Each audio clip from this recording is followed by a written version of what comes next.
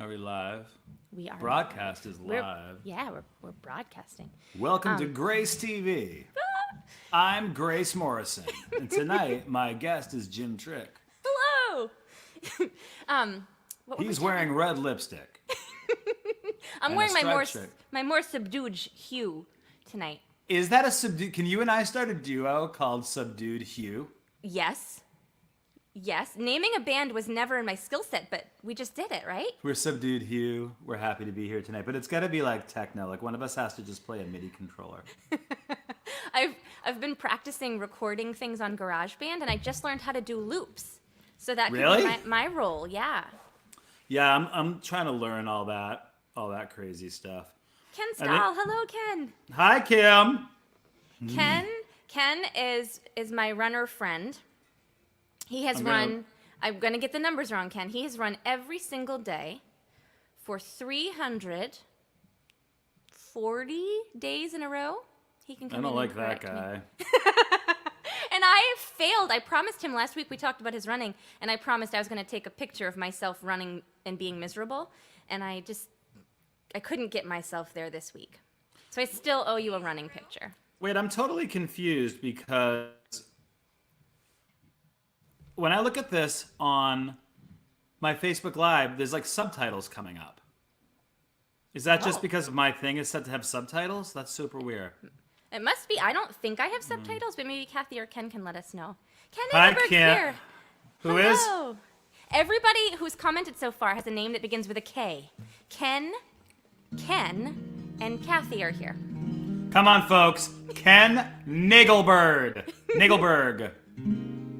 Oh, and Leanne is here. Oh, hi, Hello, Leanne. I love Leanne. So before we hit the live button, Jim and I were talking about creative ways to set boundaries with people. I contributed nothing to the conversation, but Jim has a lot of cool ways to set boundaries with people that I just feel like other people need to hear.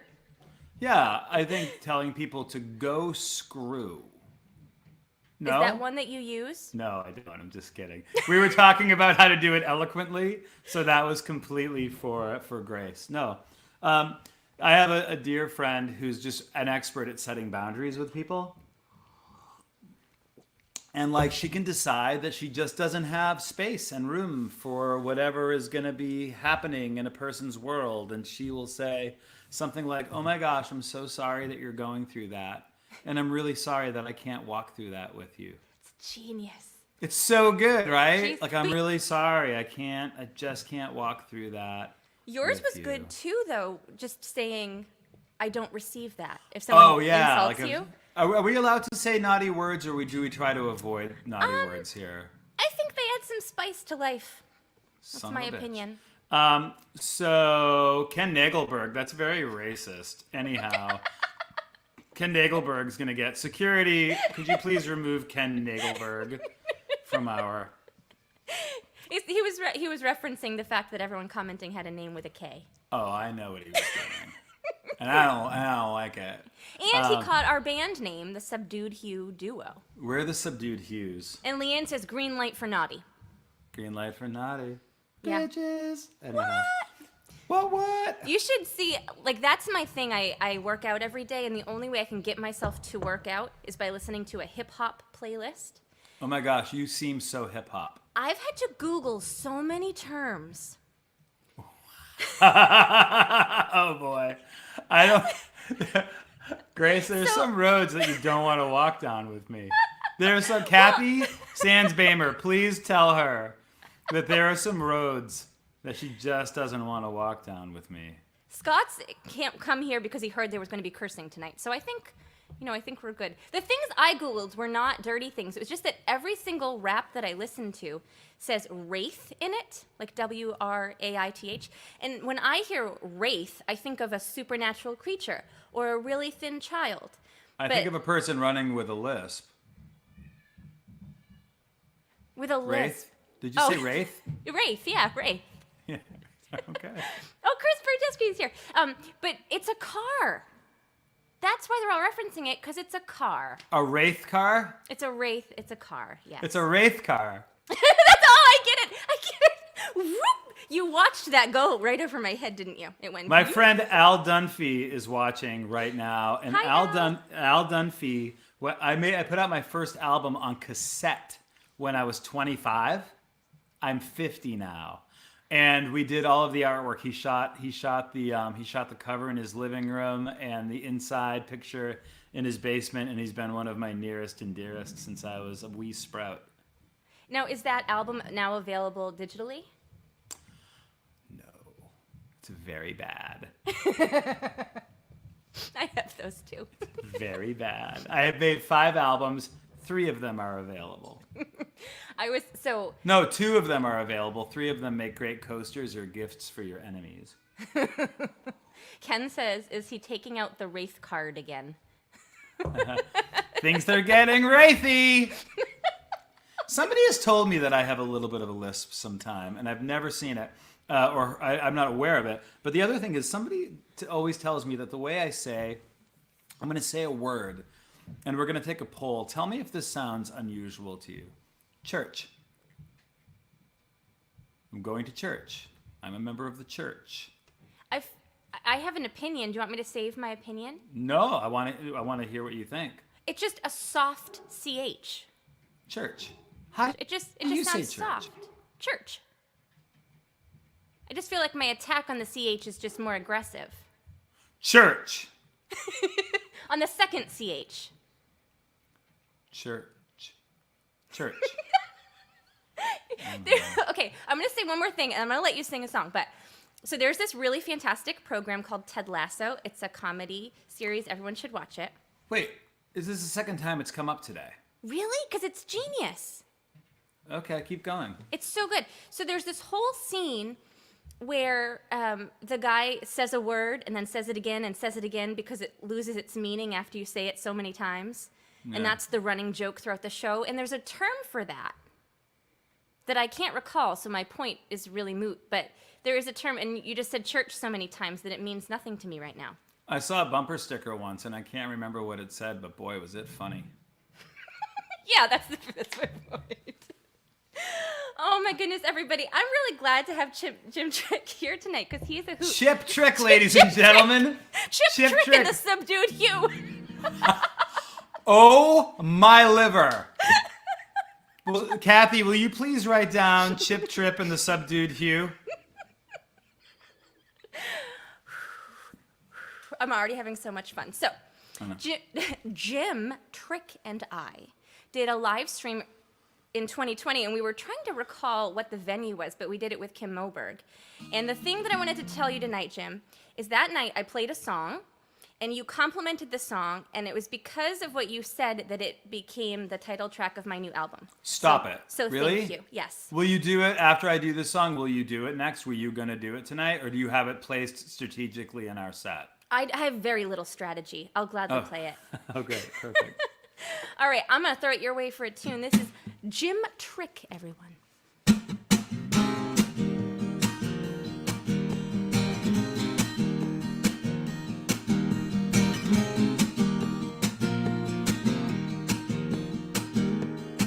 I'm at the 4th floor elevator, and I'm thinking about your sweater.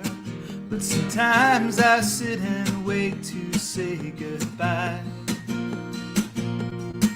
'Cause you really got me hooked around the crook of your cruel finger. And if I lose myself, you'll be the reason why.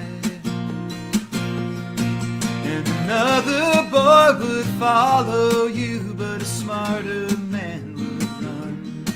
And you know I've always been another kind. I'm the want inside your need, and I'm all you can't define. But I've got the kind of heart you could hide behind.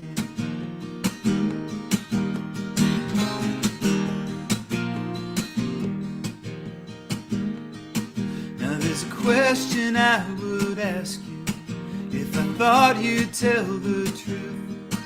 And sometimes I start to think that you just might. But baby, you can pull the wool down. And if I let the past just go, then that would mean that I would have to try. And another boy would follow you, but a smarter man would run. And you know I've always been another kind.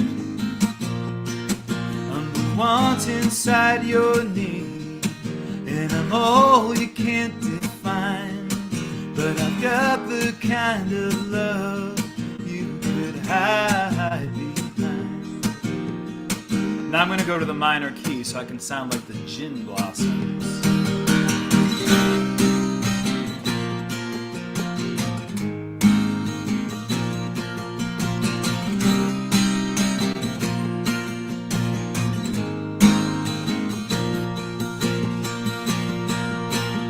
Another boy would follow you, but a smarter man would run.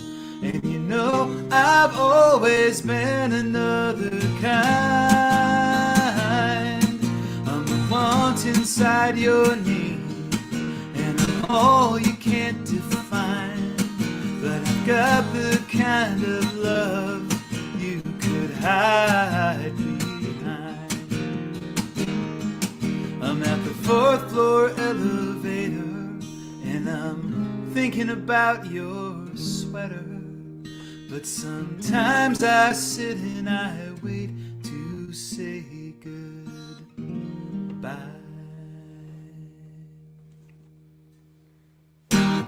Dude, that was so good. Do you like that song? I love it. I love your voice, and it was when you said Gin Blossoms, it was everything I could do not to start singing Hey Jealousy. Tomorrow we could drive around this town. So good. Let the cops chase us around. Oh, yes, it is so good.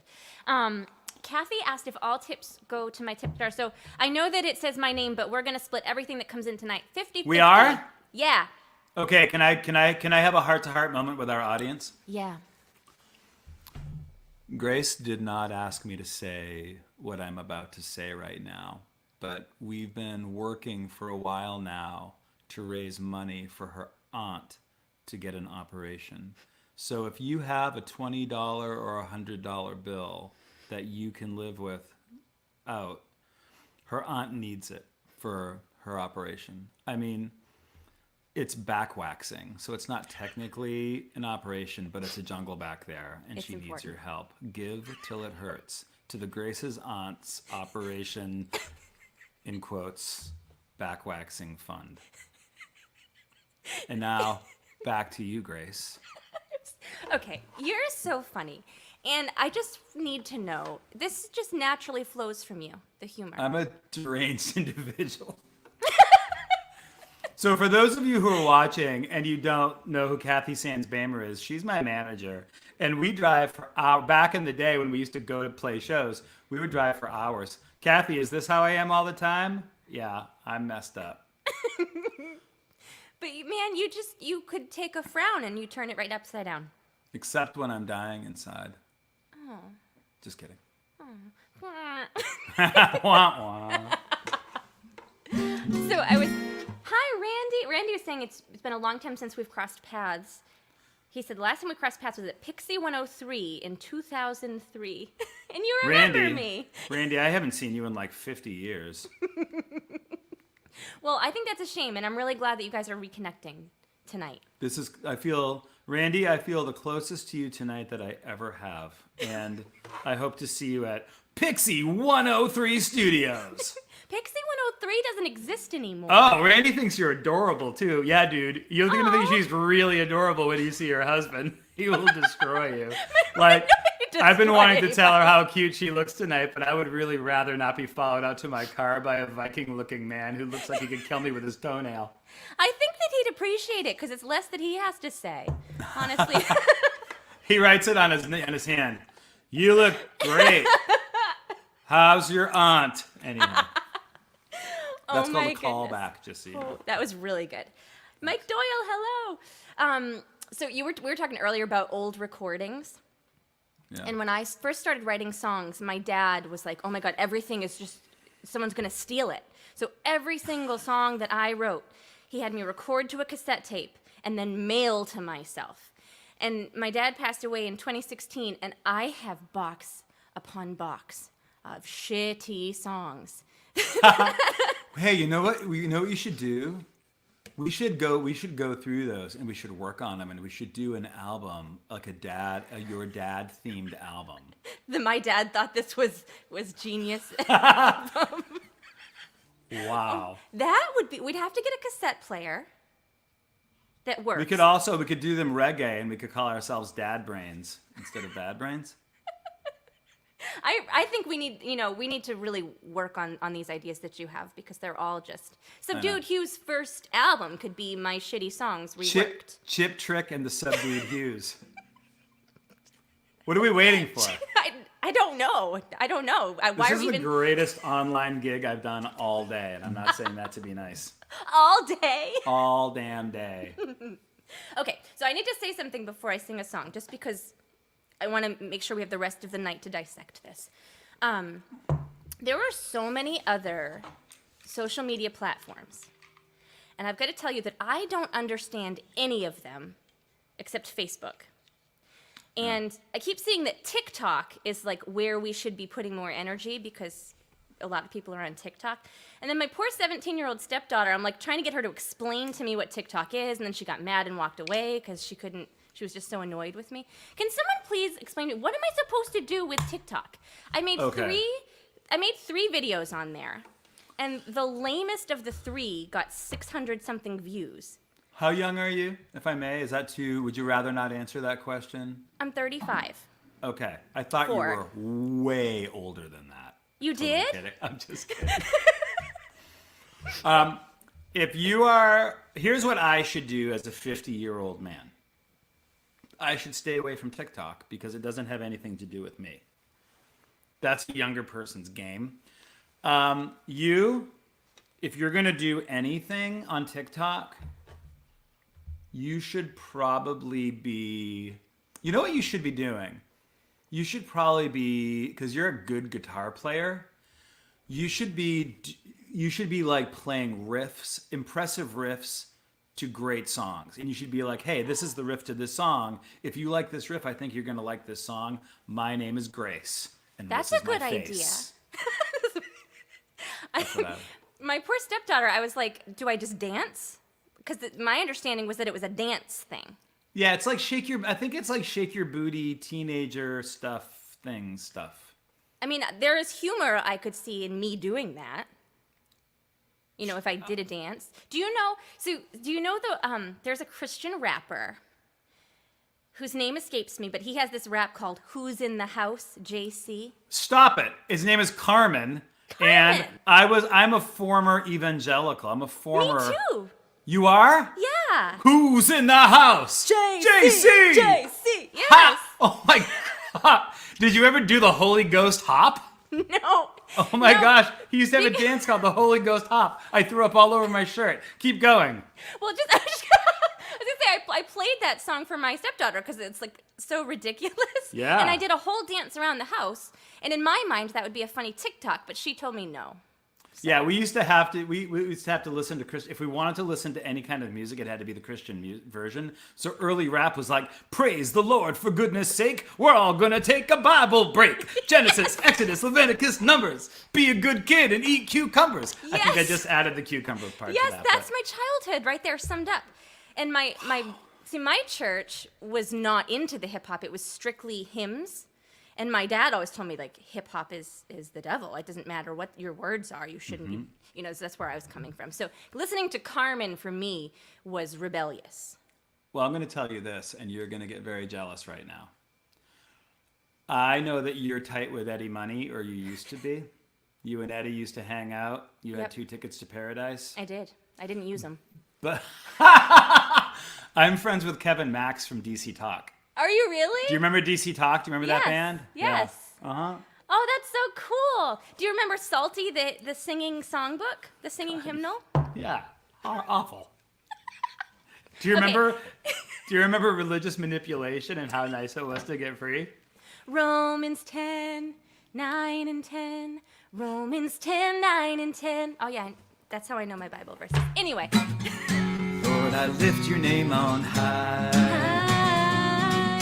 Lord, I love to sing your praises. All right. This is going to be great fun tonight. Okay. So actually, this song kind of references that. So, Okay. kind of, Cool. sort of. Not that song specifically, but just me growing up through my life. Is this getting your to song that you wrote called Repent or Burn? Yes. Oh my gosh, that reminds me of another funny story. We'll circle back after I sing a song. Please sing a song. So this is called Daughter, and it is the title track of my forthcoming album. That sounds pretentious. Thanks to me. Thanks to you. That sounds narcissistic. But you're delightful. You are too. Let's get out of here. Tell that Viking to go to hell. I'm seriously having the best time tonight, everybody. Okay, so I'm gonna throw up a link here. So we ask for tips because this is the only income we have. But if it is not within your capacity to do that, I totally understand. And just liking and following us on various platforms. My TikTok is clearly genius, so you could follow me there too. Makes a big difference. This is called Daughter. When I was young, I was the good Lord's daughter. Didn't do nothing that would stir the water. My hair in pigtails and my saddle shoes lace. You could read my heart by the smile on my face. Oh, dream long and slow, but it don't mean nothing about the way things go.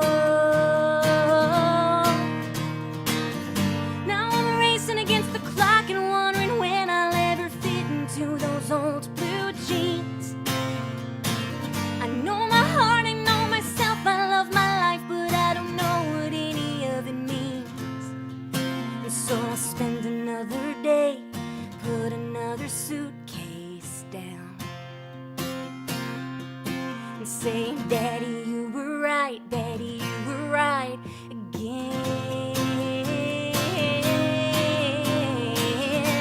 Oh,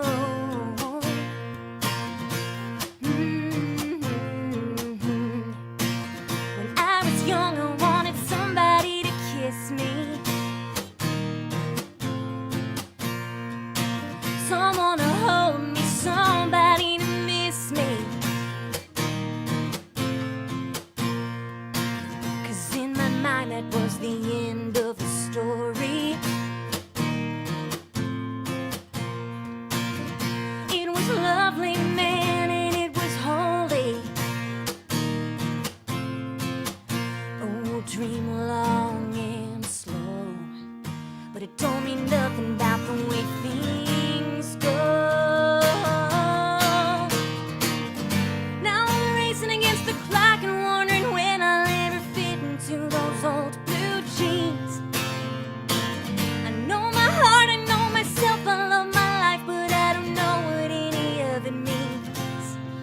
And so I'll spend another day, put another suitcase down,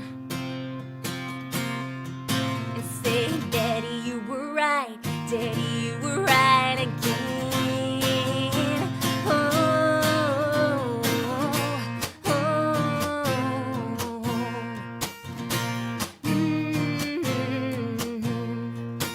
If I was smart, I'd spend my days and nights and mornings deep in the trenches and ignore all of the warnings. I know I'm lucky I got you as a believer. The girl that I am thinks that nobody can see her.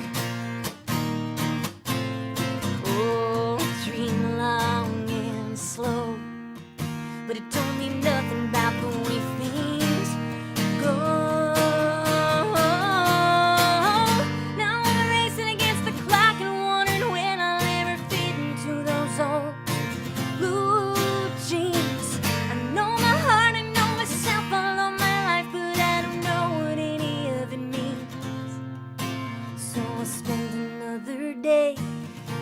another suitcase down and say, Daddy, you were right. Daddy, you were right again.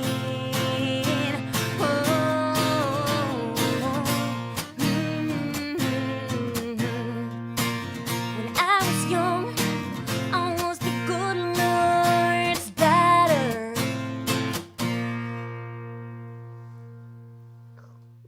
Jim. There you are.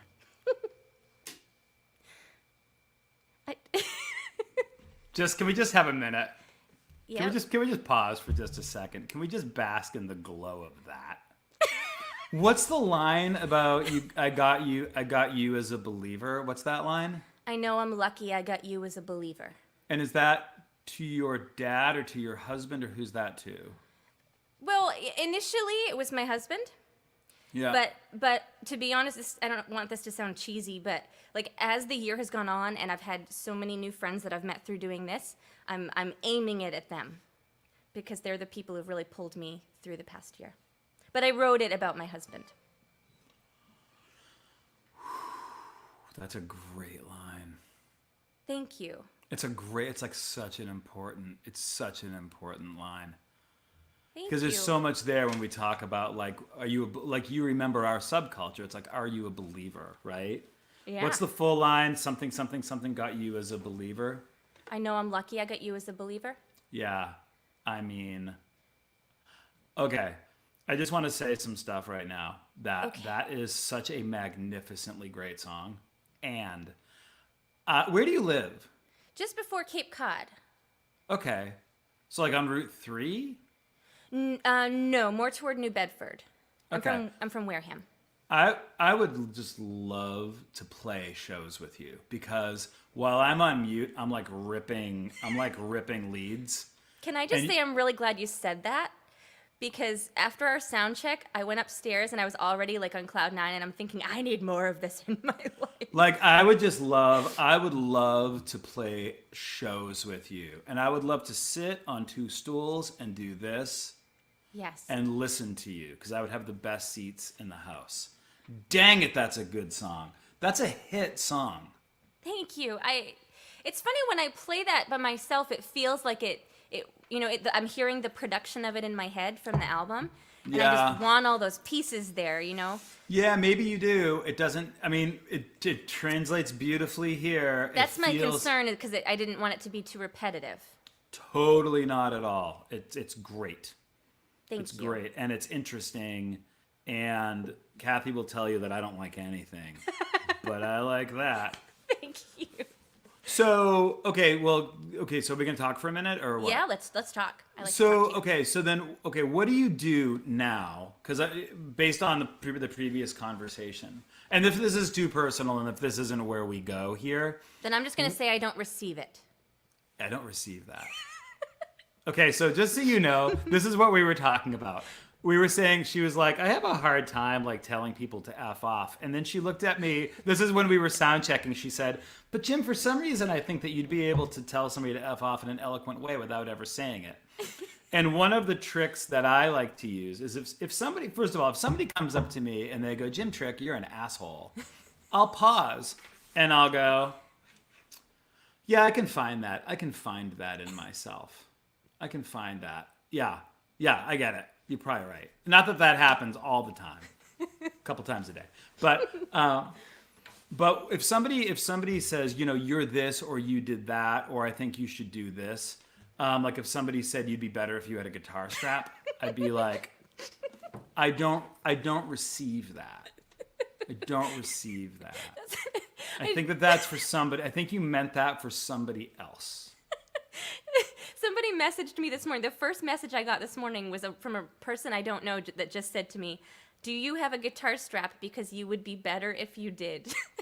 That's why it would be so funny if the next time you do something, if you wore a guitar strap as a headband and you'd be like, this is for weird guy at 123@yahoo.com.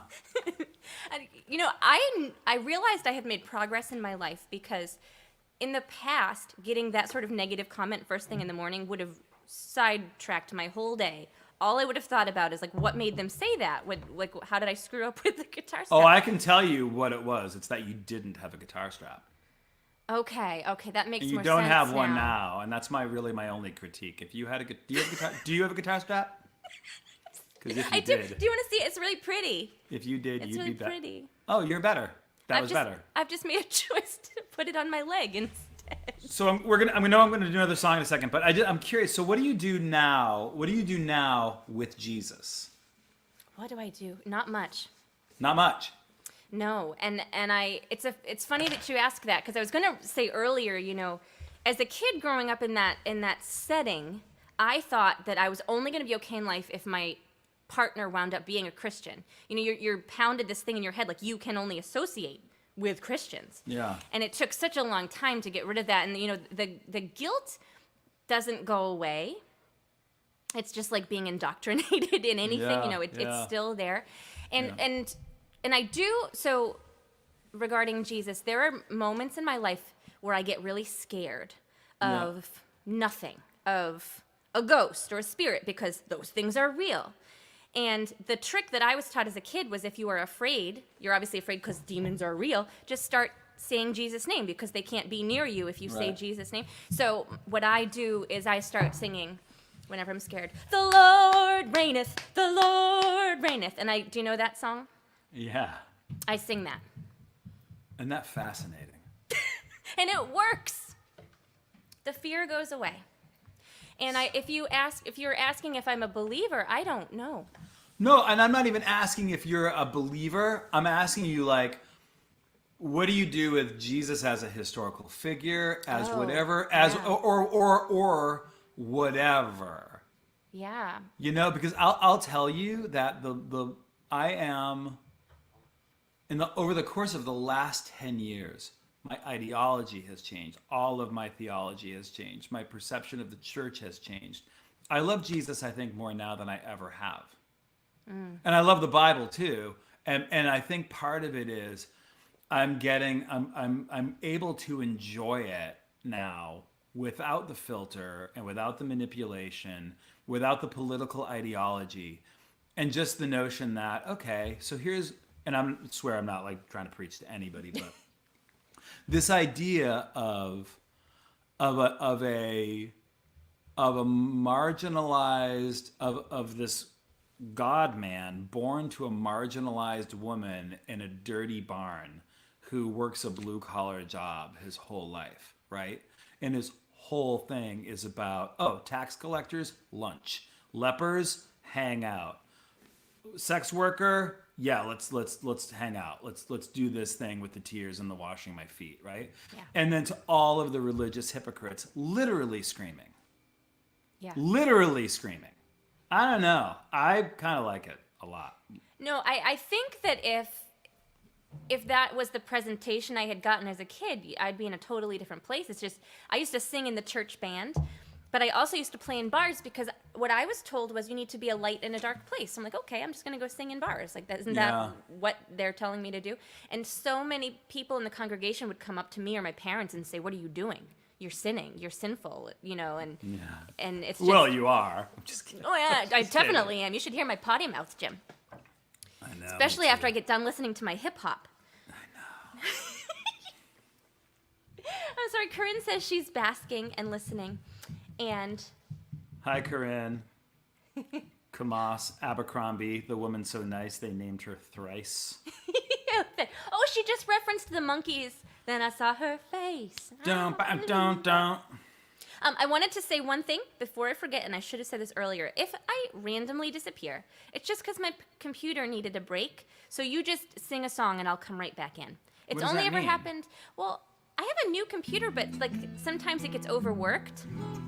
And one time it just died in the middle of the stream because I had plugged my light into it. All that to say, you just keep playing and I'll come Welcome back. to Fascinating Facts with your host, Grace Morrison. Tonight, the time her computer freaked out. Next was- week, we're going to talk about the time a light bulb blew. On Grace Morrison, Amazing Facts. You're a putz. Okay, what are you gonna play? Did you just call me a butt? No, a putz. A putz. Do you know what a putz is? No. It's a Yiddish word for a penis. It is?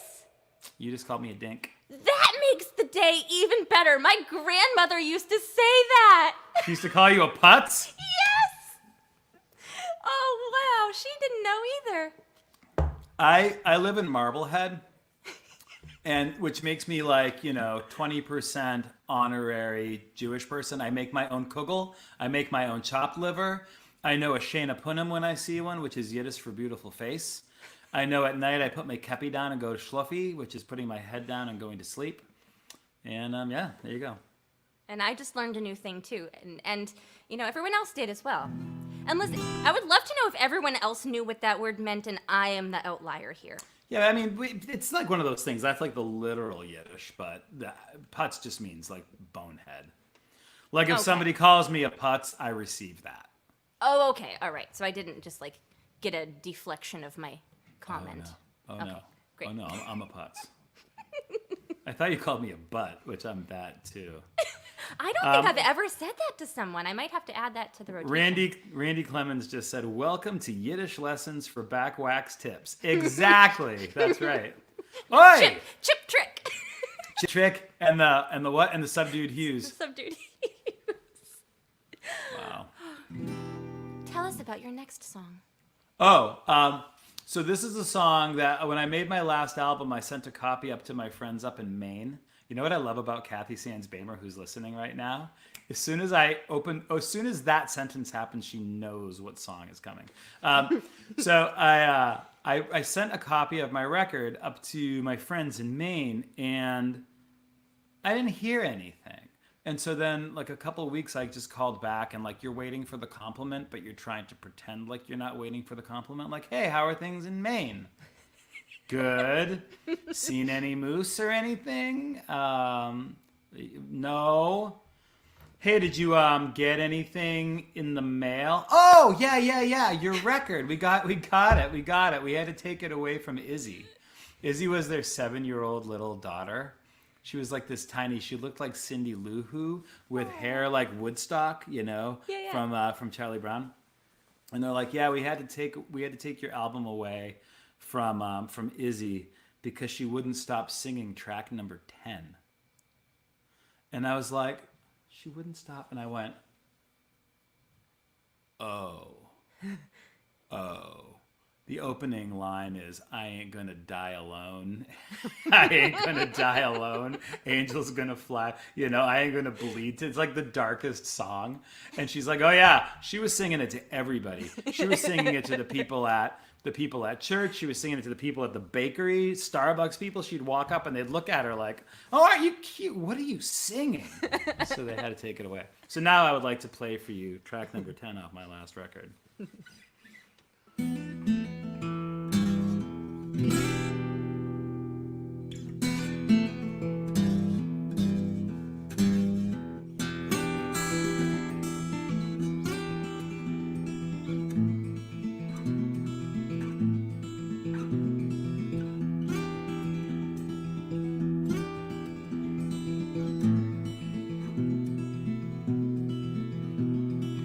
I ain't gonna die alone. I ain't gonna die alone. Angel's gonna come and fly me home. And I ain't gonna die alone. And I ain't gonna live afraid. I ain't gonna live afraid. Every crime I been done, forgave. And I ain't gonna live afraid. So come on now and fly me home. Come on now and fly me home. Come on now and fly me.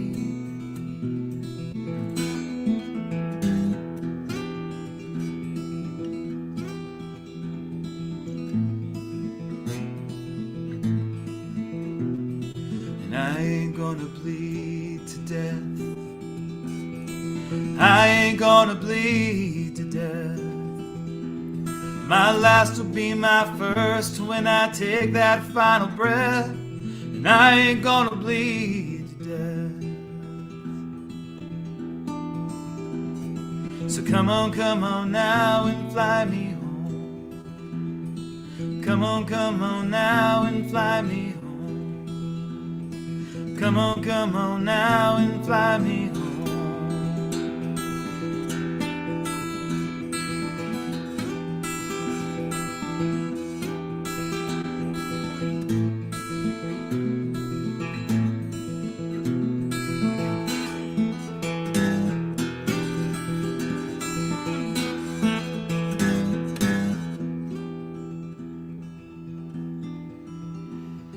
And I ain't gonna die alone. I ain't gonna die alone.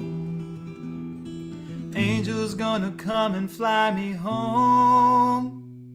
And I ain't gonna die alone. So come on now and fly me home. Come on now and fly me home. Come on now and fly me home. That song gets my favorite compliment. That's the compliment. That's a good compliment. That's a badass tune. Thank you. And you're playing, whoo-wee, Double capo. so good. And that guitar, the tone on that guitar. $239 guitar. Really? I have literally, I have 12 guitars in the place where I am right now. One of them is the custom acoustic that I tour with typically. One of them is a late 60s Gibson Hummingbird that's on loan to me. I'm playing this $239 Eastman 00 because I love it. It's stunning. I love it so much. Thank you for the compliment. Oh, you're welcome. Yeah, so that's a happy little ditty, huh? So when you're talking about the child really loving that tune, this is not quite the same, but I taught private lessons for a very long time. Singing or guitar or what? Both. Oh, well, pardon me. Excuse me, Grace Morrison. To little children all day long.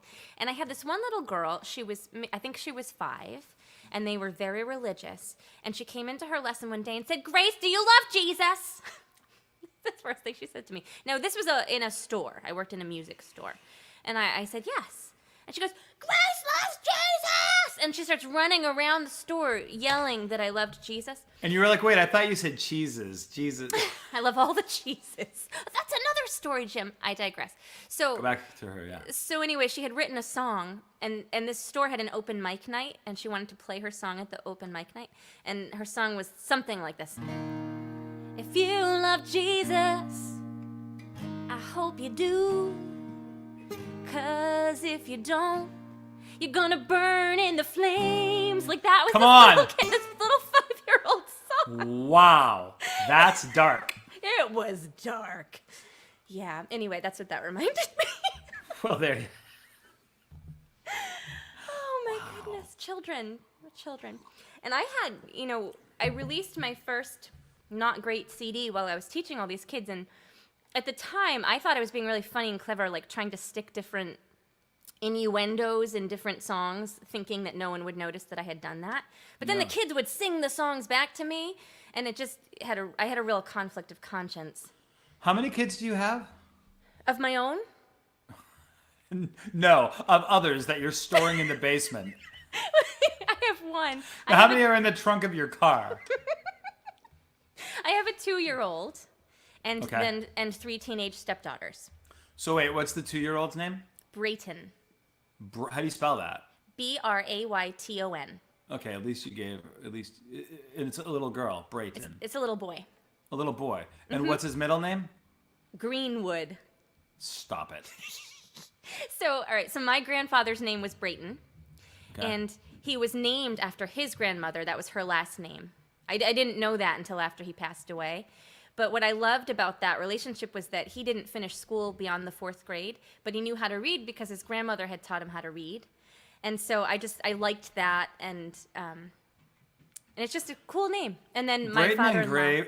Brayton and Graywood sounds like a soap brand. And my father-in-law's name is Greenwood, and his father's name was Greenwood, and his father before him. Well, pardon me. It was... You're very fancy. You're a very fancy lady. I'm not fancy at all. You're the fanciest of ladies. I'm the least fancy lady. So our other name option was Michael Scott. No, Brayton Greenwood? Brayton Greenwood. Yeah, that's the name. And like the 3 teenage daughters are like Sandy, Sheila, and Lynn. And I am Brayton Greenwood. That's what I Lynn, wanted. bring me my mead. That's what I was going for. I really wanted him to have a sense of importance. You're 2. We're not bringing you mead. Bring me my mead. I am Brayton Greenwood. That's like the next time somebody's asking me if they're like rewatching Game of Thrones for the 8th time, I'm gonna be like, do you remember what Brayton Greenwood did? Remember that? He's pivotal. And they're gonna go back and Google like, I don't remember him being on the thing. So my dad's name was Mike, and my husband's name is Scott, and that's why our other option was Michael Scott. The problem do you know the problem with that name? It's not self-important enough. No, it's the lead character of The Office, and his name would have been a joke. It's the what? It's the main character from The Office. Every time I watch The Office, I laugh, and I have not watched it to get into it and spend a lot of time there. Well, what you need to do, Jim, in my opinion, tell me what I need to do. You need to get the Office Ladies podcast. Oh, because they dissect going. every episode, and it's really makes it even better. They were just guests on Conan O'Brien's new podcast. Oh, his podcast is great too. Conan O'Brien Needs a Friend. It's so funny. Yes, it's super funny. Even the ads are funny. We drove from here to New Mexico and back with the 1-year-old, and that's what got us through is the Office Ladies podcast and the Conan O'Brien one. What were you doing in New Mexico? I was on a tour. I was going to tour all of 2020, and that was the beginning. Oh, I think I remember this. Did you make it to Santa Fe? Where did I play? I played near the site, I wish I could think of the name, the site of the first nuclear bomb test that they did, near the White Sands National Park. Good times. Denise Fritchie. Yes. This is like a musical comedy show. And now, welcome to the magic portion. Denise is one of the people, she's tuned in every week that I've done this. And I thought you told me that you didn't care. Is that the Denise you said you don't care for? No. Oh. No. Denise Fritchie. Yes. You were saying it before we went on. You were like, that Denise Fritchie is, I don't know, she seems a little fritchy to me. Sometimes she can be a little fritchy. Oh, Dave is here. Hi, Dave. I love Dave. Here. Dave comes every week, too. Dave has the worst jokes on the internet, and I laugh at almost all of them. He had a doozy yesterday that I can't recall, but it was very funny. Y'all should follow Dave Eschbach, because he is I saw funny. a bumper sticker once, and I can't remember what it said, but boy, was it funny. That's the same joke twice. That's basically the joke that I tell all the time. I never remember the punchline. We've been going for the better part of an hour, and we've done 3 songs in total. See, I told you. No stress, man. No stress. No and stress. I'm about to do a song that I don't know if anybody would even like because I've never tested it on anyone. And I'm not looking for feedback. I can already tell you I don't like it. This is the worst song ever. I don't want Ladies and gentlemen, welcome to Bad Songs by Grace Morrison. She doesn't want feedback. She just wants to leave it sucky. That's her hashtag, leave it sucky. Whenever I've done this show and I've gotten the impression that the artist doesn't know what to say after my song or didn't like it, I just immediately cut them off. I don't even get them a chance to say it. You know how you can tell the other artist didn't like your song? If they say, wow, Grace, you were really doing your thing. Oh, no one's ever said that to me. And it sucked. I will be on the lookout for that. That's what I mean. I feel like you're someone who can insult people and they'll have no idea that you did it. And they know. Really classy. Wow, that was almost... I'm just going to work up a list of insults. Well, here, hold on, wait. I'm getting ready. right, one more question before I play this potentially terrible song. So, you do coaching. I do. And I'm not clear on what that means. Could it be, is it different for everyone? And if so, could it be you teaching me classy insults? I sit with people who don't think they can do it, and I say, you can do it until they do it. Do anything. I'm just kidding. That's not what coaching is. Do you want? Okay, I believed you. Do you want an actual answer? Yes. Okay, so I'm sitting before you right now, about 230 pounds, and I'm wearing size 38 skinny jeans. True story. But I was 430 pounds at my heaviest, and I spent most of my life morbidly obese. Wow. So that's kind of clause one. So I sort of approach life with the idea that anybody can have and do anything that they actually want to have and do. And I'm a coactive coach. So I work with executives and individuals who want to change a particular part of their life. Or they might not even know what part of their life they want to change, but they know that they're unsatisfied. And so I work one-on-one with people all over the world, which is really fun. And I help them change what's possible for their lives. And I almost never tell anybody what to do or give advice. The process of coactivity, the first cornerstone of coactive coaching is that people are intrinsically, they are naturally creative, resourceful, and whole. And they are not broken, and they do not need to be fixed. That's your banner on Facebook. Isn't that what it is? No, that's all is not lost, and you're not lost at all. But it's Yeah. essentially that. It's essentially that idea. And it's amazing what happens when you hold a person who's been stuck in a particular area for sometimes for decades, and you just hold them as they're whole, and they're not broken. And then you just get curious about what they want, why they want it, and what's holding them back. Yeah, So in some ways, it sounds to me like therapy. So there are probably some parallels. A lot of my clients, probably more than half of my clients, have therapists. And so if we want to say that therapy, and this is totally just for the sake of trying to give some kind of explanation. If therapy is about bringing a person from dysfunctional to functional, coaching is about bringing a person from functional to fulfilled. And whereas therapy, it spends a lot of time often looking back to early childhood trauma, those kinds of things.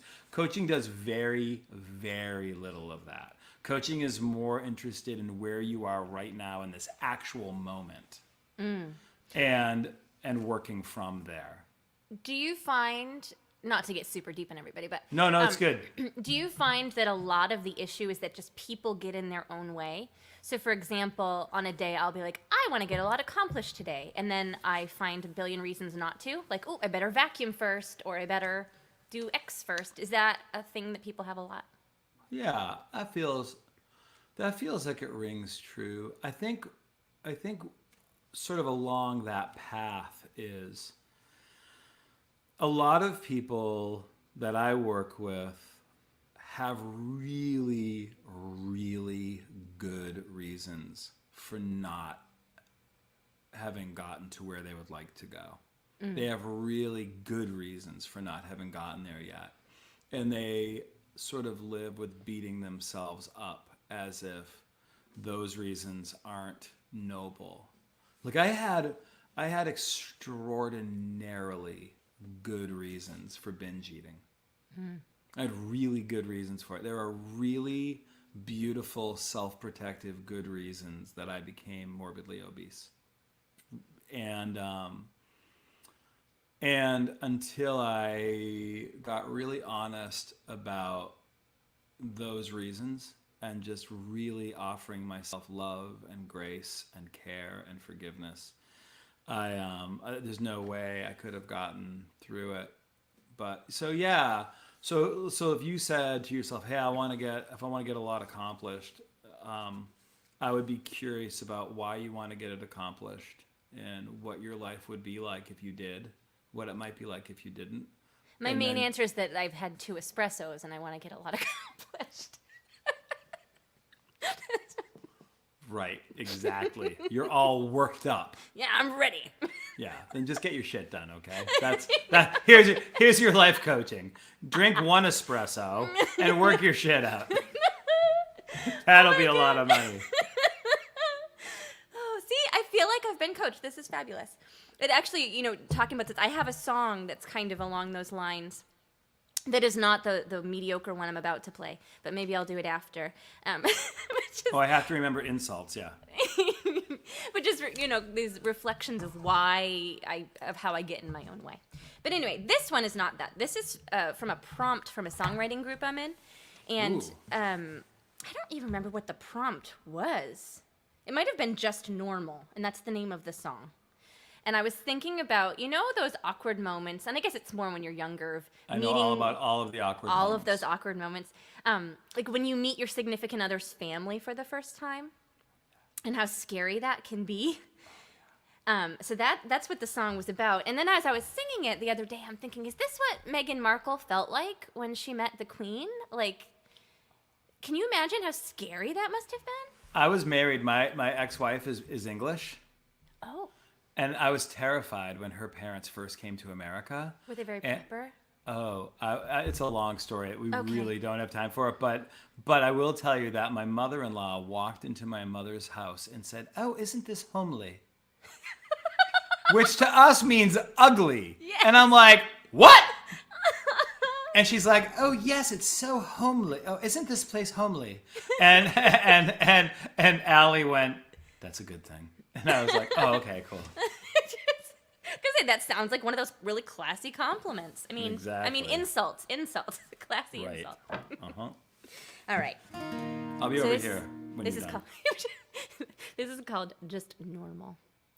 And incidentally, I just did a video of it to put on my YouTube channel yesterday because I'm trying to learn technology. There we go. I have a Patreon. I write new songs every week. They're not all great. Some of them are fun, though. And my patrons get to hear them first. So that's why I put that on the bottom there.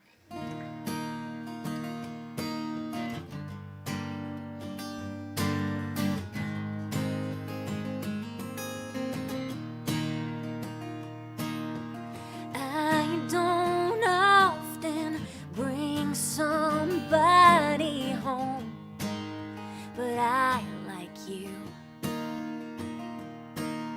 Slow and steady when you're ready, bid your car adieu. We can walk to the rhythm of the wind tonight. Open door, everything's alright. My mother thinks you must be sweet if you're out here with me. And my sister hates most everything I do, but she'll leave you be. Most of all, don't be scared.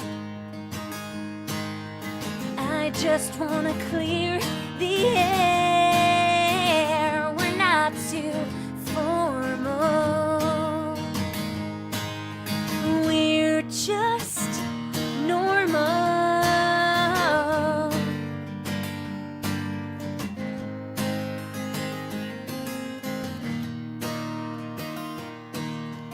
Leave your shoes right here.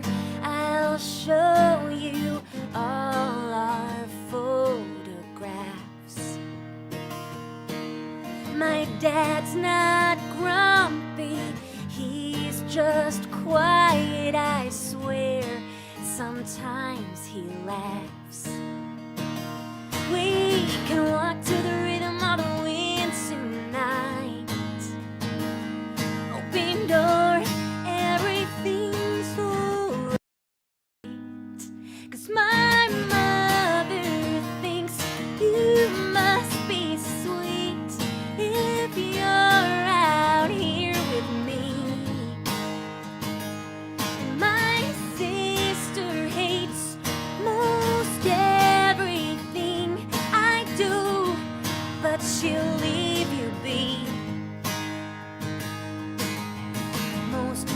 all, don't be scared. I just wanna clear the air. We're not too formal. We're just normal.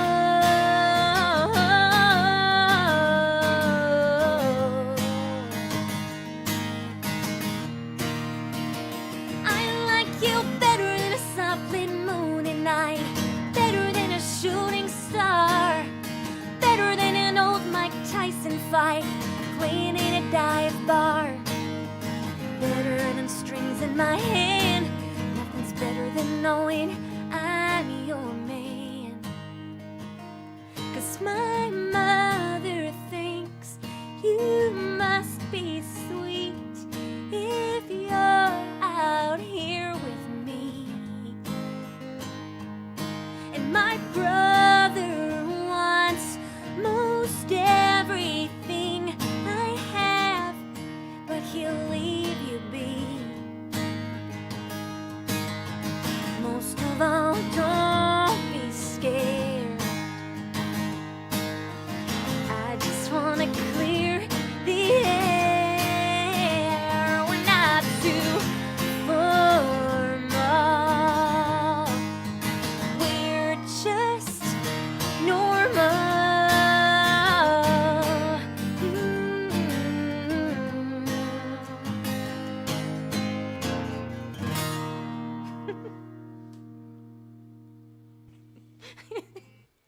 I like Wow. You really did your thing. Don't be a putz. My brother wants most everything I have, but don't worry, he'll leave you be. Yeah. That's great.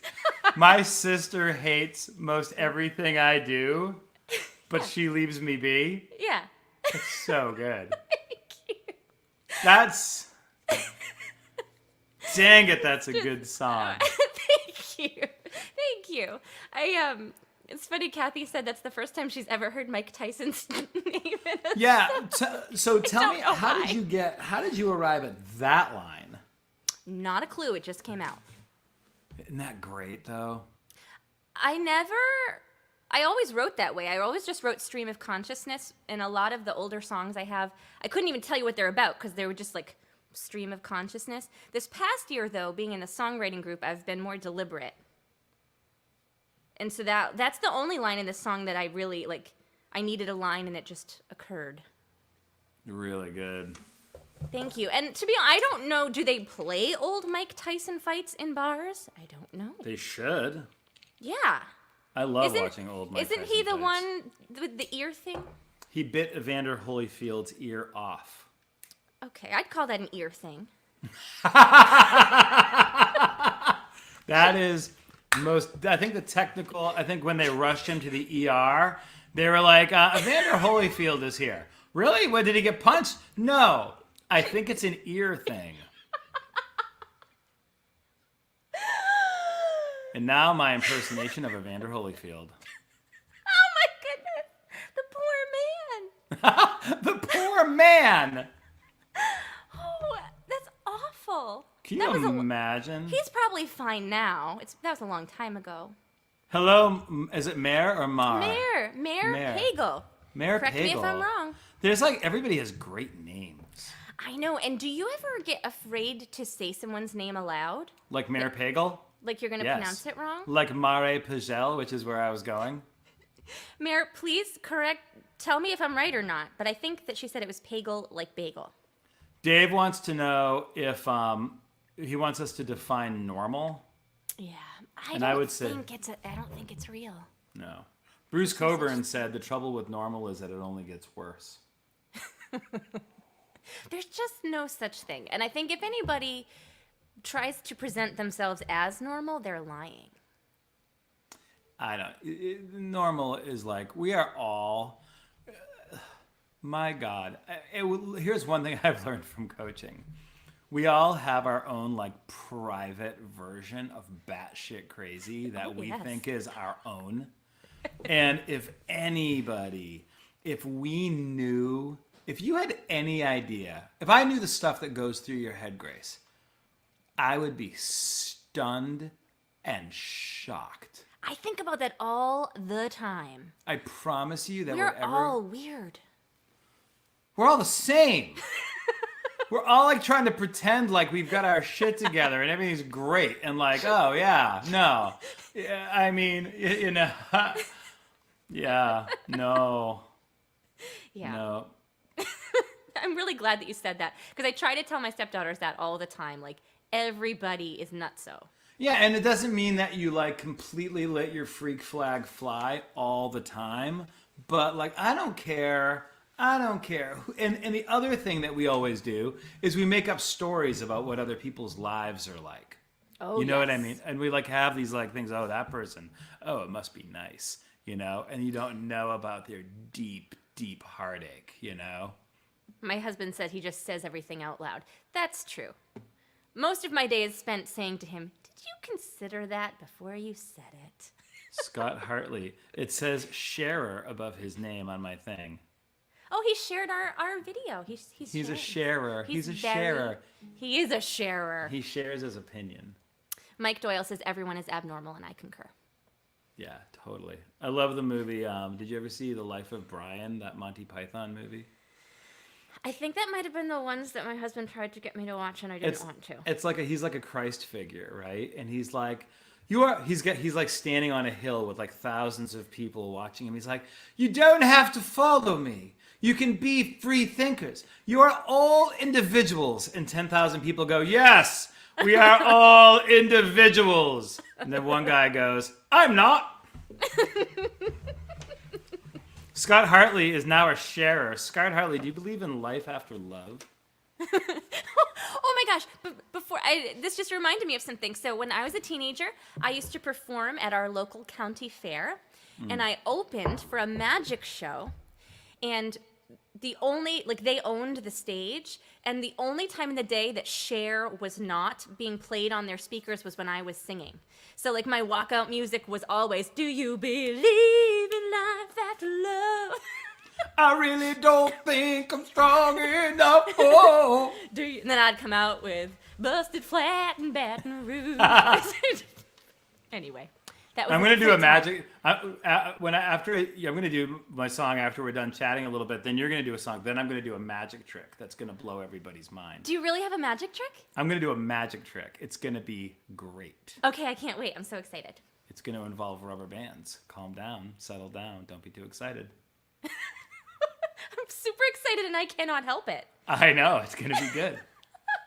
The magic trick I'm going to do for you, David Copperfield did on television twice. Really?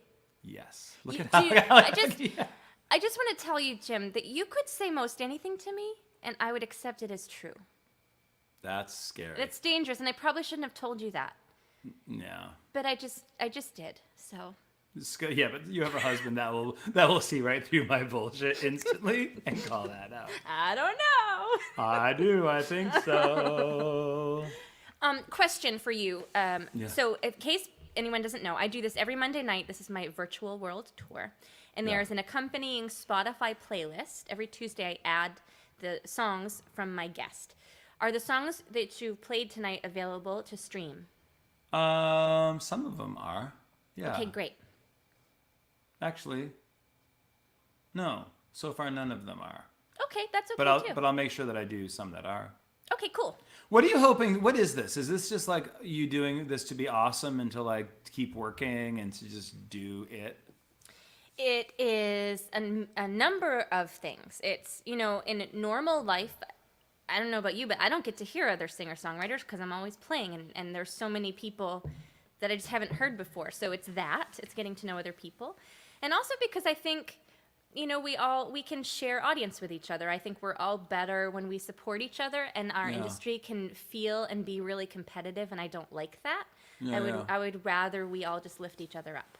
Truthfully, just like literally being here in this space is like oxygen. Like I'm like, this is like cocaine brain. It's so nice. It's so nice. Like, I love your songs. I think you're great. I love that we've got a nice, sweet group of people here. And like, I am like so thirsty for this. So much. He has a Spotify playlist. It's not great. Mostly just me talking about comic books to my dogs. My husband, he Your actually husband rules. he wants to put together a comedy set and open for me. Is he funny? He thinks he's very funny. The problem is that I don't always understand the jokes because they reference comic book things that I don't know. Scott, who are your favorite comedians? And by that, I mean, do you know who John Mulaney is? Yes. Anyhow, He's my favorite. I love him so much. Him and Dimitri Martin are my favorite comedians. I don't know Dimitri Martin. He's so funny. Is he? Is he like John Mulaney? I feel like it's the same style of humor. What is that style of humor? Is that dry humor? I don't even know what dry humor means. I guess it's kind of dry. It's not like what's his name dry. I bought powdered water, but I didn't know what to mix with it. What's that guy's name? I have no idea. Scott, who's the guy with the powdered water joke? You'll know. The first comedian I ever heard, my brother is 23 years older than me, and so he was like another father figure for me. Yeah. And he used to pick me up from school every Thursday, and he had this cassette tape of this comedian that you might know the name of, who had a song that was, I'm an asshole, yo, yo. And that's the first comedian I ever heard. That's so funny. But all of my Stephen Wright, thank you, Scott. So, yeah, he's super dry. I don't know. I think that John Mulaney is just super conversational. But wait, how many siblings do you have? 2. And how old is the other one? 22 years older than me. Okay. You and I have a bunch of stuff in common. We're both post-evangelical. And I have 3 brothers and a sister who are all a minimum of 10 years older than me. So you're the baby. Baby by 5, yeah. Did you feel like an only child? I felt like an only child with 4 extra parents. Yeah. Yeah. Were they around a lot? They were around enough to have impacted me. It's funny, Grace. I'm actually like literally, I'm made out of them. And so Joe might even be watching. I don't know if Joe is watching or not. But so it goes like this. John, Jeff, Joe, Jenny, 10-year gap, me. John is strong and steady. When stuff is blowing up, John is like solid as a rock. And when stuff is blowing up, I'm creepy calm. And after I'll freak out or whatever, or cry or whatever. But in the actual moment, steady as a rock. Jeff is 5 times the guitar player that I am. 5 times the guitar player that I am. Doesn't play in front of anybody. Almost ever. But he's and I play guitar because of Jeff. My brother Joe is an amazing writer. Poet, writer, thinker. Definitely is like one of the single most important parts of my story in terms of learning music and understanding what good music is. And then Jenny is triple threat. My sister can sing, dance, and act. Wow. And none of them do it anymore, much. But I'm literally made out of them. That's so cool. It's really funny. Yeah. Yeah. So for me, my brothers had their own families when I was born. And so I felt like an only child, but I feel like I kind of got the best of both worlds. 22 years is a lot. Same mom and dad? Yeah. Really? Yeah. So your mom and dad just got freaky deaky one night out of the blue. The way my mother says it is the whole thing was a fluke. And no, it was another F word. Fluke wasn't it? And she didn't know she could have children anymore. I was like a big surprise. Wow. Yeah.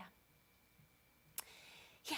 And I think, the older of the 2 brothers was a super big influence on me because he played music but never did anything with it in his life, and he taught me how and got me all this equipment and I remember the last thing I'll say, because I want to hear another song of yours, is I was very, very poor, and so anything that I had equipment wise my brother got for me. Yeah. And he had gotten me a CD player, and the only CDs I had was like Beethoven and some church music. And I remember saying to him, Stevie, will you please go get me some Cool People CDs? And he came back with Toni Braxton and 3 Whitney Houston albums. What was Toni Braxton's big hit? That I should never breathe again, breathe again, breathe again. That's the one I know. All right. If I never... Oh, did she do Unbreak My Heart, Say You Love Me Again? Yes. Wow. She sure did. Same album. Toni Braxton. Cool People music. Cool people music. And he knew what I meant. I didn't know that was what I meant, but That's what so it was. funny. And it stuck. That was cool enough for you. yeah, that was my ticket to Cool People music. And that's how you wound up with Eddie Money. It's a straight path. You can see the path that How laid did you out. wind up playing with Eddie Money? So my cousin runs a charity organization called Rock for Christmas. Oh, cool. And he has all these celebrity friends that do a concert to raise money for kids, for toys for kids for Christmas. Yeah. And so when I graduated from high school, he was doing the first cross-country tour with all these acts, and he invited me along. It was the whole thing. It was like in a tour bus with, to my 17-year-old brain, a bunch of old guys. I didn't know who any of them were. I had no clue who Carmine Appice was. And if anybody doesn't know who he is, he wrote, If You Want My Body and You Think I'm Sexy.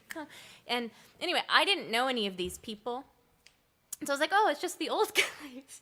And then, I'm glad that I didn't know at the time, because I probably would have been Twitter-pated. You probably would have been what? Twitter-pated. What does that mean? Like flabbergasted, like... Twitter-pated. Yeah, it's from Bambi. Oh. I think that Flower the skunk says it to Bambi. Yeah. Someone can That's correct the me. That's the first movie I ever saw in a theater. That movie and Dumbo broke me. I cannot watch those movies. They're cruel. To make a child watch that, the parental separation thing, that was traumatic. I have very strong opinions about those things. Anyway. Apparently. Jim, what are you going to play for your last I'm going to play something that is this my last song? Shit. If we go bump a bump, maybe we can both get 2 in. But I really like talking to you. If we go anyhow. Your parents went bump bump bump and look what happened. All right. Kathy, should I do All's Not Lost or should I do Come On Girl? Are you there, Kathy? Kathy, are you there? What should I do? She asked me to do this song, this half-written. So Kathy Sands-Bamer has been my manager for like the last 7 years, and she's trying to get me to write happier songs. So I'm going to do a song that's not finished. And she says she's here. Oh. Kathy, am I doing All's Not Lost or am I doing Come On Girl? Now that you've brought them both up, maybe we should just make time for you to play both of them. Okay, right now I'm going to play Come On Girl. Okay. This is my attempt at writing happier songs.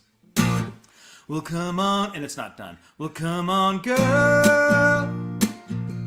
Lay down your heavy burden. I'll stop your heart from hurting. Lay down next to me. You'll see there's magic in the moonlight. Gonna make you feel just right. Lay down your heavy burden and lay down next to me.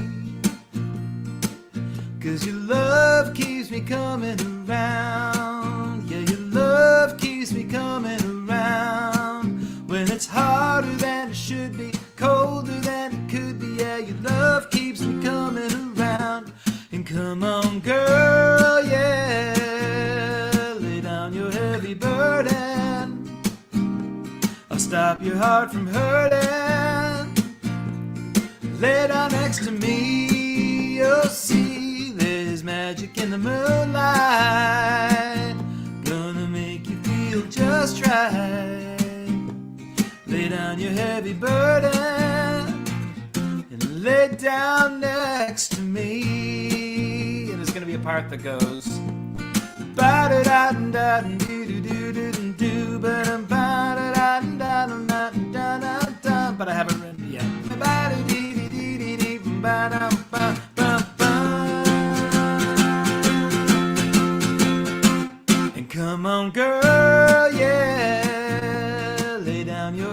burden.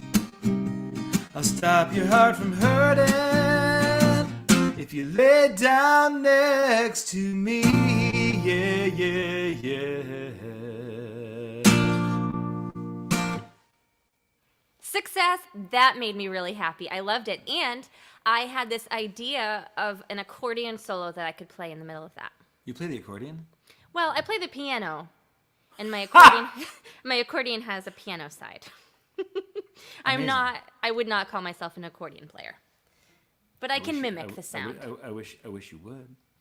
I love it, and I can I just wish you would call yourself an accordion player and sit down with an accordion but not be able to play it. And like that would be like your comedy routine. Well, it started as a comedy routine because I was doing all these bar gigs, and I had the accordion, and one time for an Irish, like a St. Patrick's Day gig, I brought it, and everyone in the bar laughed at the idea of me playing it. So it became like a thing at night, at the end of the night, because everyone would chuckle when they saw it. But played well, it's quite tasty. Have you? Do you know Radislav? I don't know how to say it. I love him. Yeah, I did a show with him and Lisa Bastoni. It was so stupidly fun. He is why I do not call myself an love accordion player, because he's so good. He's such a beautiful human being. Yes. Oh my gosh, Lisa Bastoni. Okay, so it was me on one stool, Lisa Bastoni in the middle, and then Rad.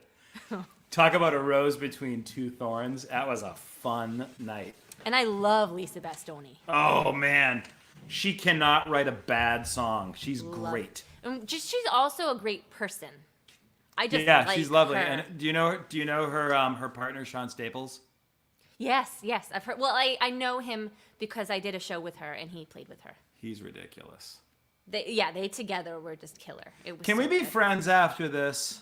Can we please? I would love that. Like for Scott, are you cool? He's not like weird about you having guy friends, is he? No. Okay, cool. No, because then he can watch all the movies that I'm not interested in I hang out with my friends. What movies is he interested in? He loves superheroes. Oh, okay. And he can jump in here and tell me if I'm wrong, but like if I had to sum it up for people, he likes superheroes. I want to Kevin know. Smith.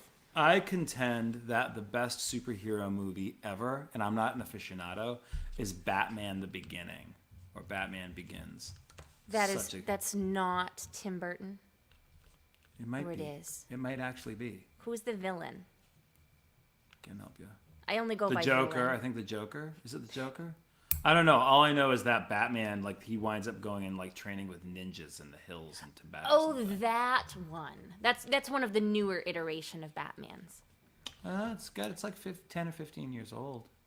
I say newer because my Batman is Adam West. Oh, he's my official Batman too. He's my Batman. And we were talking about podcasts earlier. So everyone needs to know this. There's a podcast called Caped Commentary.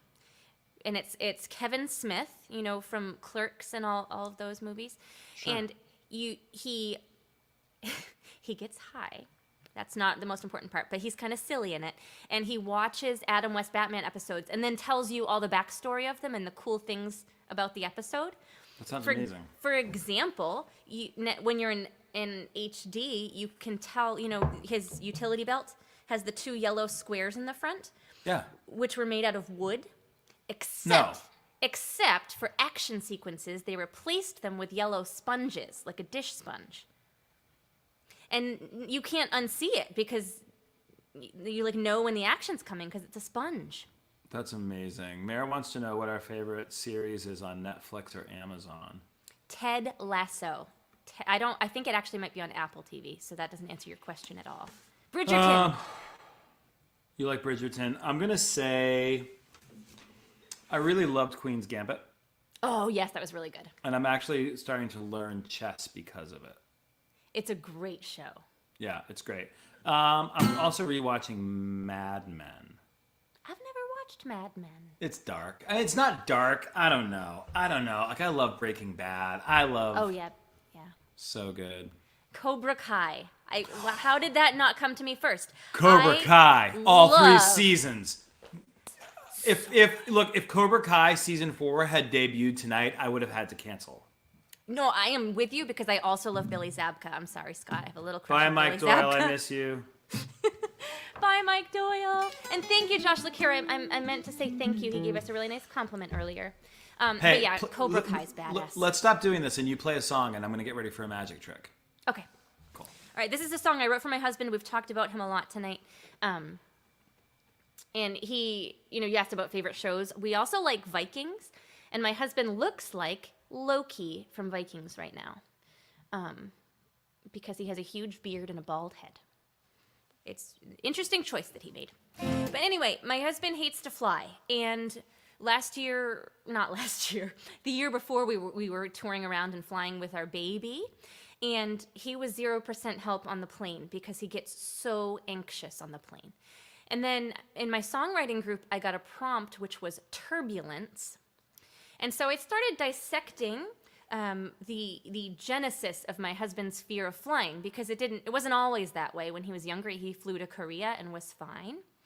But it was on a trip to Colorado to see his now ex-wife that they went over the Rocky Mountains and there was turbulence, and that ruined him for flying. So as most new wives do, I blame the ex-wife for the fear of flying, but not really. It's not her fault. This is the only time I'll ever say that. This is called O Colorado.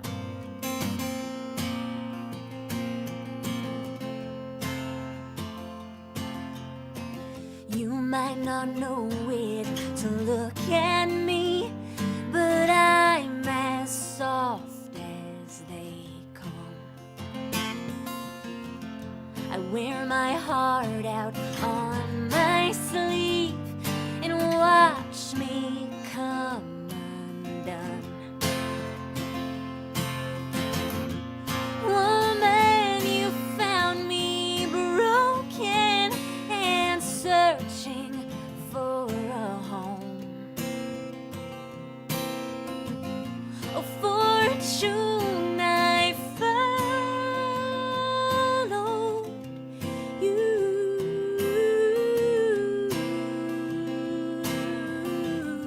to Colorado. You leave me breathless and I can't stand no more. You take your shoes off, so free and fearless. I wonder if I should have known. It's best to let you roam.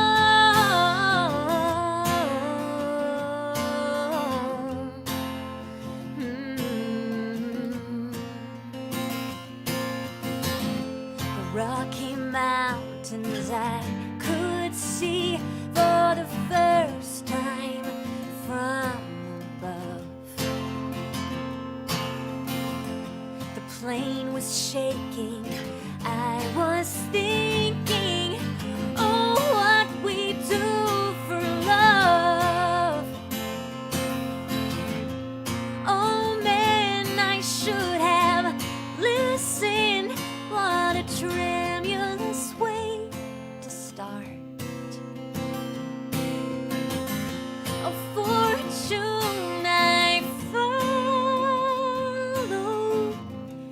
you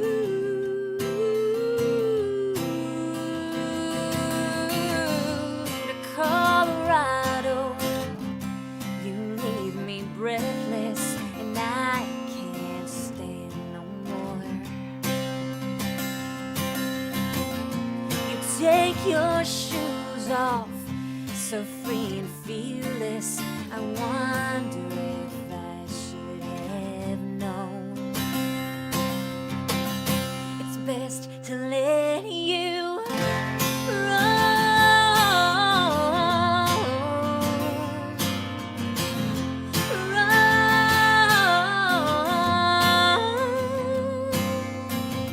Cautious steps like I was taking before you came to my door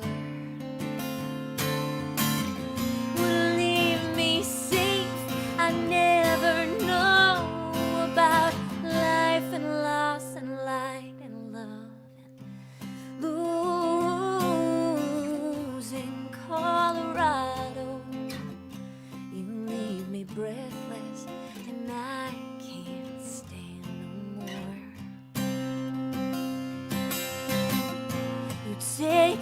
shoes off, so free and fearless. I wonder if I should have known. It's best to let you run.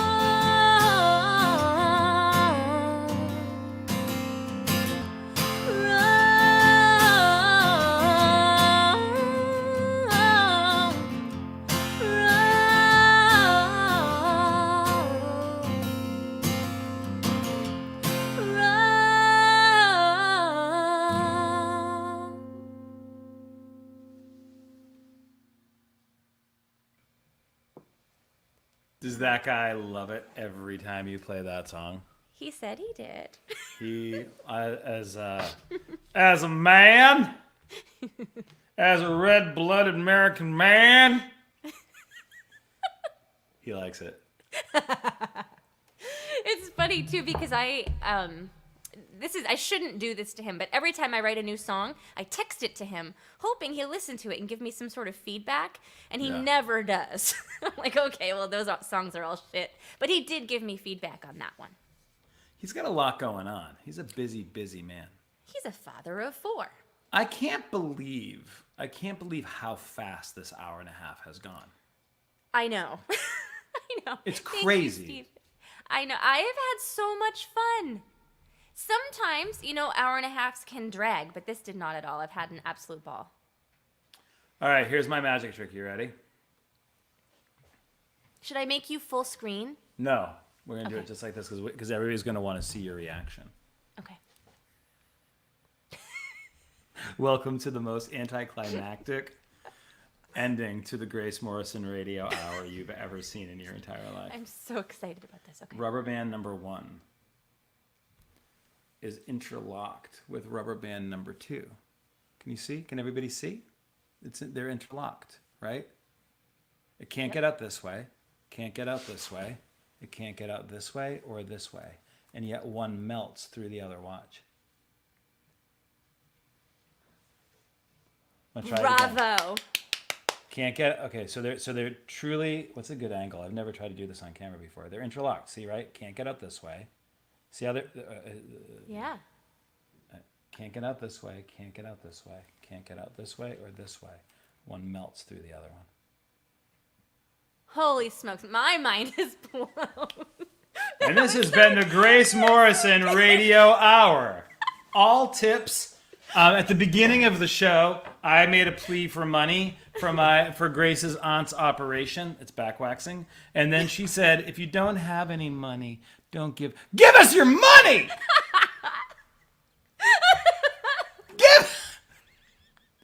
We'll take it. We'll take your money. My butt hurts from sitting on this stool. This one. Give us some money. You sing on a legit stool. Okay, I'm As gonna tell you. opposed to all those illegitimate stools that are floating around out there. I do not like a stool. If I get to a venue and they've given me a stool, it's I know how it sounds. It's instant panic because I was singing backup for a well-known doo-wop singer, Who? Jimmy Clanton. He was well-known in the 50s. Anyway, it was a really big theater, and they gave me the dinkiest stool you ever saw, but it was tall, and I am short. How and tall are wide. you? I'm short and wide. And so, it's precarious because it's not even a weighty stool. And the point is that I couldn't get onto it. And every time I tried to boost on, it felt like it was going to fall over. And so I spent the whole show on my tippy toes pretending to be sitting on the stupid stool. And so that's the only requirement I have for a gig is a chair, please. And that's why Grace Morrison has come up with weightystool.com. It's not what you think. Are you a little teapot? Do you need a chair rather than a stool? Well, we've got a stool that is a chair. It's called a chair. And they're available now at weightystool.com /Grace Morrison's booty. Well, this isn't the way I saw this night ending, but We ended. We're gonna start a custom stool thing where we measure. You come and we measure your butt. Yes. And your height. And your height. Yes. Yeah, because to think about how uncomfortable that is to have a fear of falling off the stool in front of people. Scott Hartley says that you demand soft stools. Welcome to jokes that your husband can make that your guest cannot. Yeah, he thinks he's so funny. He's funny. I don't care if it's soft or not. I just want to be able to get onto it without falling over. That's not so much to ask. There are jokes there. Okay, all right. I don't care if it's soft or not. I just want to be able to get on it. Well, thank you for tuning in, kids. Enjoy your... You know what's so funny? I gave up drinking like a little over a year ago, and I feel hammered right now. I think that we've figured out the dynamic of our Subdued Hues duo, our new musical duo. Oh, yeah. Is I just set you up for these great jokes because I say these things and don't even realize I'm doing it. Yeah, you're naturally funny. This is good. I'm just naturally oblivious to what I say.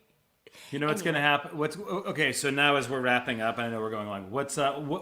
As soon as you power down, what happens now? What are the next things that happen over the next 15 or 20 minutes? Well, my son is usually waiting with my husband at the bottom of the stairs, which are right there, to go to bed. Yeah. And I put him to bed. And then I go to bed. That's it? Just like that? Sometimes I vacuum, or nothing That's so interesting. funny. Were you hoping for something interesting? I don't know. I will get off. This is what happens 100% of the time. I will hang up with you. I will stand up. I will stretch. And then I will call Kathy. And she'll tell me what she liked and didn't like about my performance. Okay, I'm so glad you just said that because I instantly realized I said all those things are like what I'm physically doing, but what am I doing is thinking, oh my God, I screwed such and such up, or like I wish I hadn't done this, and like over analyzing every aspect. Can I just tell you something from me as your guest on your show tonight? Yes. I have loved every single second of this. I'm so glad because I did too. Can we say goodbye to the audience and then talk for a couple minutes? Yeah. All right. Totally Isn't that weird to say that? We're gonna talk about you all before we go. But I just want to say Scott Hartley said, "Wait, what? You vacuum?" That is my chore. I love to vacuum.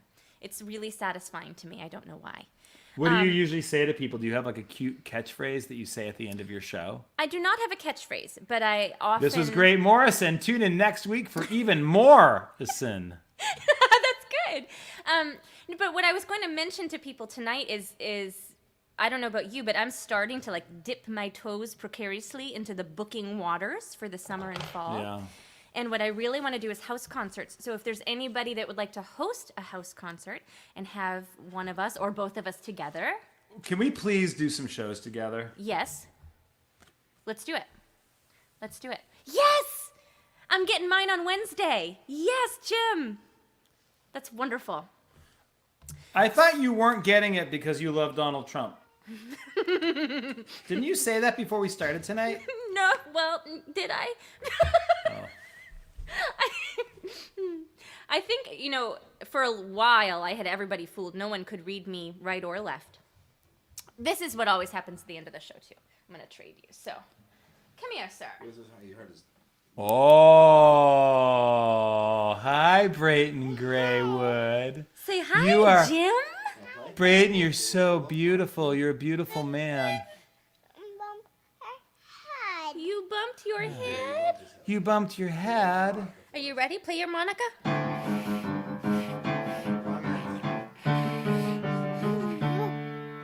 Batman. Yes. Can you say good night, everybody? Hi, bump head. Yeah. Brayton, I hurt my thumb. Look. Oh no, he got a boo-boo on his thumb. What happened?